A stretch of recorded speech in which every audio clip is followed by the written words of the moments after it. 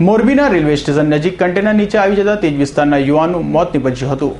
મોરબીના railway station નજીક connector રાખવામાં આવે છે, જે માલગાડીમાં લઈ જવામાં રાખવામાં આવતા હોય છે।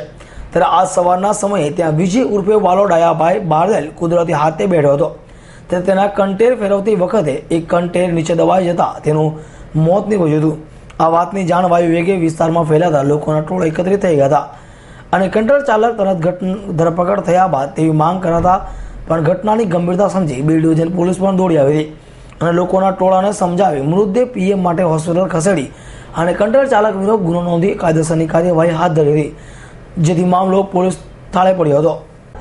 મોરબી રેલવે સ્ટેશન કન્ટેનર યાર્ડમાં આજે સવારે 10:30-11 વાગે એક માણસ કન્ટેનર હેઠે દબાઈ ગયાના સમાચાર આવતા અમે તાત્કાલિક ત્યાં પહોંચેલા।